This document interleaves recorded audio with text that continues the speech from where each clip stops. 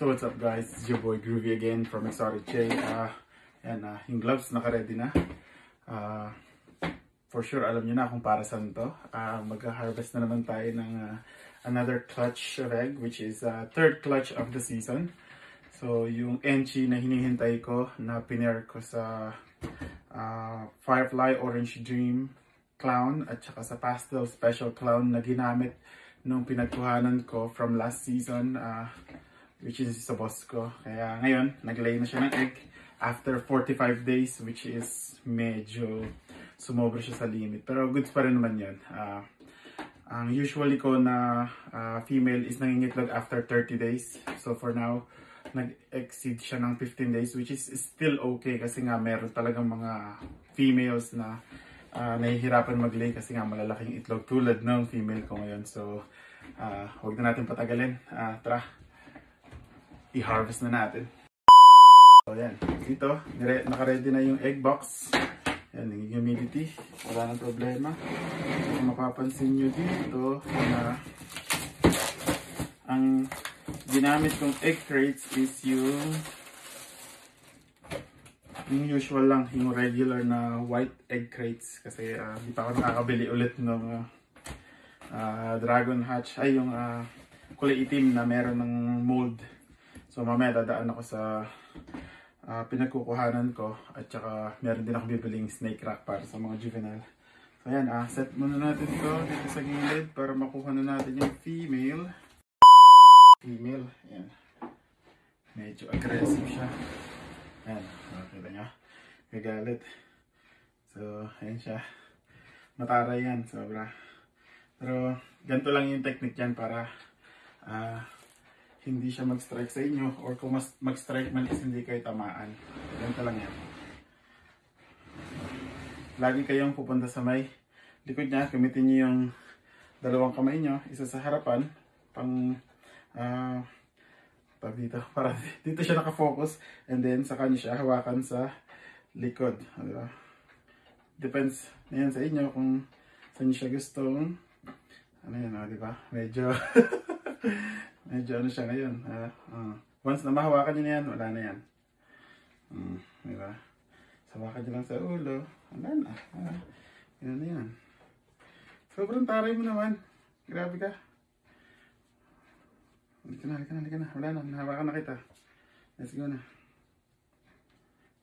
Diba? Ganun lang. So, sa mga nagbabalak mag-breed, ayan, good luck sa inyo. At meron talaga mga females na talagang matataray. May mga females naman na sobrang bait. So, double check. Baka may nag-bound na naman. Ano naman wala. Wala naman. Lagyan lang natin ng konting pressure para masigurado. And yeah, wala naman. So far so good. Wala namang bump. Wala namang ayan, diba? Hubog na hubog madaling makikita kapag may maiwan, diba? So sa kanya, malinis. Klaro naman, wala naman. Parang nagda-doubt ako.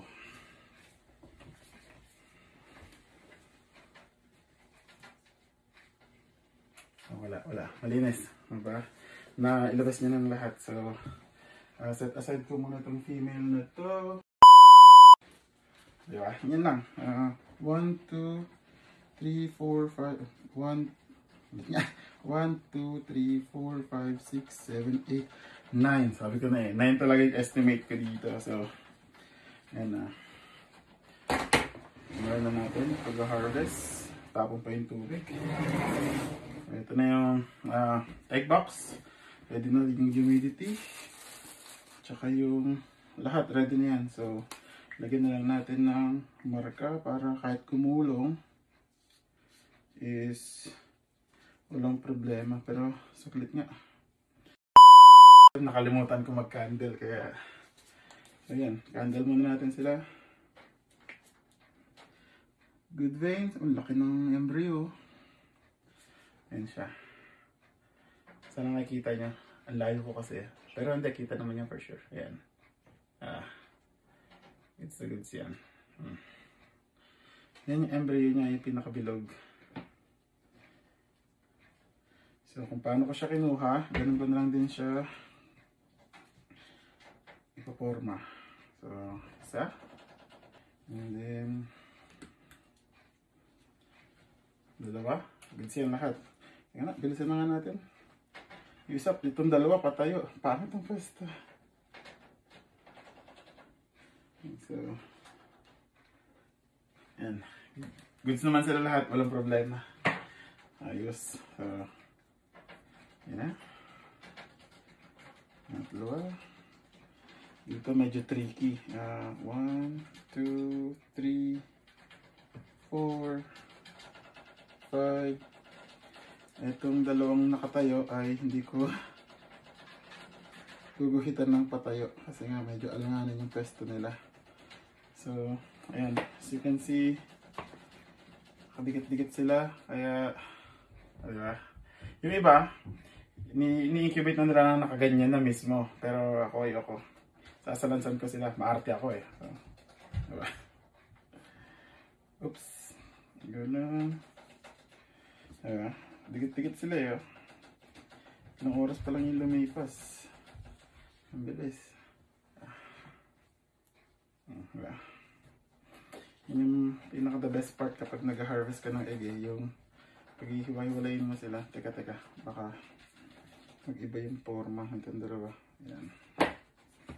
Ayan sila. Oops.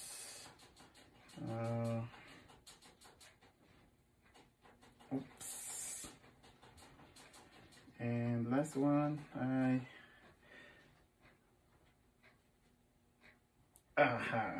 gotcha. So yan sila. 2, 4, 6, 8, 9 eggs. 9 good eggs. So for now, salansan ko muna sila ng paganyan. Dahil wala pa nga akong egg tray. Bibili pala ako mamaya. Pagtapos ng trabaho. So, siguraduhin lang na hindi sila tatama, hindi sila sasagi dun sa side kasi baka masira yung egg at saka prone yan sa mold pagka ganon. Pag nababad sila sa tubig.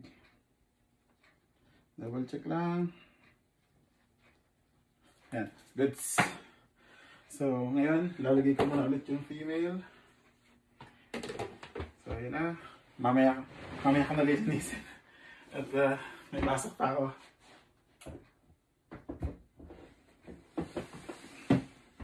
Diba? So, yun na siya. 9 good eggs. Hindi ko na masyado i-islan kasi baka gumulong. So, 2, 4, 6, 8, 9. So, 9 good eggs with strong veins. Walang problema. Yan, for now, ganito ko muna silang ilalagay sa incubator para masimulan na yung incubation period nila. Ano bang date ngayon?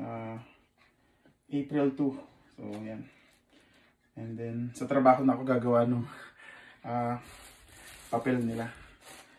Yung hatch date, yung hatch date, yung 50 days, at saka yung parents ng parents. So, yun lang, di ba? Third clutch of the season has been delivered. Yan lang simple. Diba? And then, uy, gumulong. Yan lang sinasabi ko eh.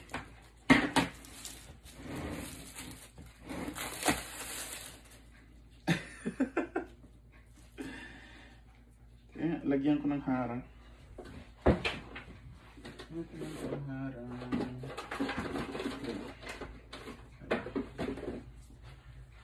Lego piece. So, para lang hindi sila gumulong pagka binuhat ka papunta dun sa incubator. Ayan. Baliktad pala.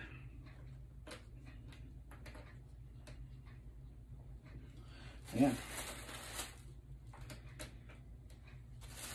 Try natin. Ayan, punit patuloy yung ano ko.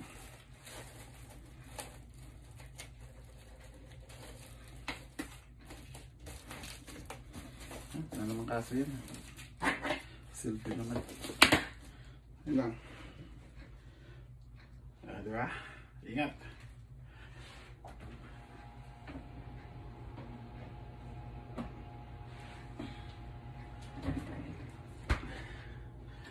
So yun na, medyo pinawisan ako doon. Naka-sweater kasi ako dito sa loob ng snake room. Eh, medyo mainit din. So, yun lang. Thank you guys for watching. Alam niyo na, Groovy. Peace out. Thank you guys for watching. Please subscribe my channel and like, follow na rin kung nagustuhan mo yung video. And syempre, yung notification bell para lagi kang updated sa mga i-upload kong videos. This is your boy Groovy from Exotic J. Peace out.